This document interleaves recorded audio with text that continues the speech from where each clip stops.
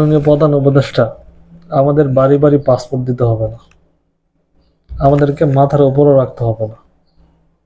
বাংলাদেশের জন্য প্রবাসীদের কি ভূমিকা সেটা আপনার জাহিরও করতে যাব না, তবে আমাদের যে ন্যায্য অধিকার সেটা আপনারা নিশ্চিত করুন।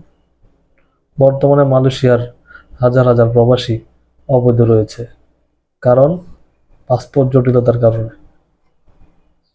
এটা এটার ভুক্তভোগী আমি নিজেই একজন। প্রায় 3 মাস আগে আমি পাসপোর্ট জমা দিয়েছি, এখন পর্যন্ত আমার পাসপোর্টটি জমাই নেওয়া হয়নি বাংলাদেশ এম্বাসিতে। আমার মতো এরকম হাজার হাজার প্রবাসী মালয়েশিয়া রয়েছে। অনেক প্রবাসী 5 মাস 6 মাস হয়ে গেছে তাদের পাসপোর্ট হাতে পায়নি, পাসপোর্ট হাতেও পায়নি, তাদের ভিসাও পাসপোর্টে লাগাতে পারছে না। বর্তমানে এই সিচুয়েশনে যদি তারা অপারেশিতে আটক হয়, এই দায়ভার কে নিবে? আপনিও তো নেবেন না, এই দায়ভার আমাদের নিতে হবে। তাই আপনারা হয়তো ভুলে গেছেন যে পতিত স্বৈরাচারের বিরুদ্ধে প্রবাসীদের কি ভূমিকা ছিল।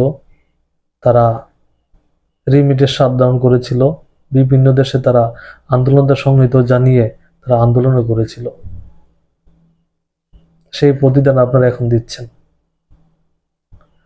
আমি আশা করি যে মালয়েশিয়া প্রবাসীদের পাসপোর্ট জটিলতা দ্রুত সমাধান করবেন, সেই প্রত্যাশা রইল আপনাদের প্রতি।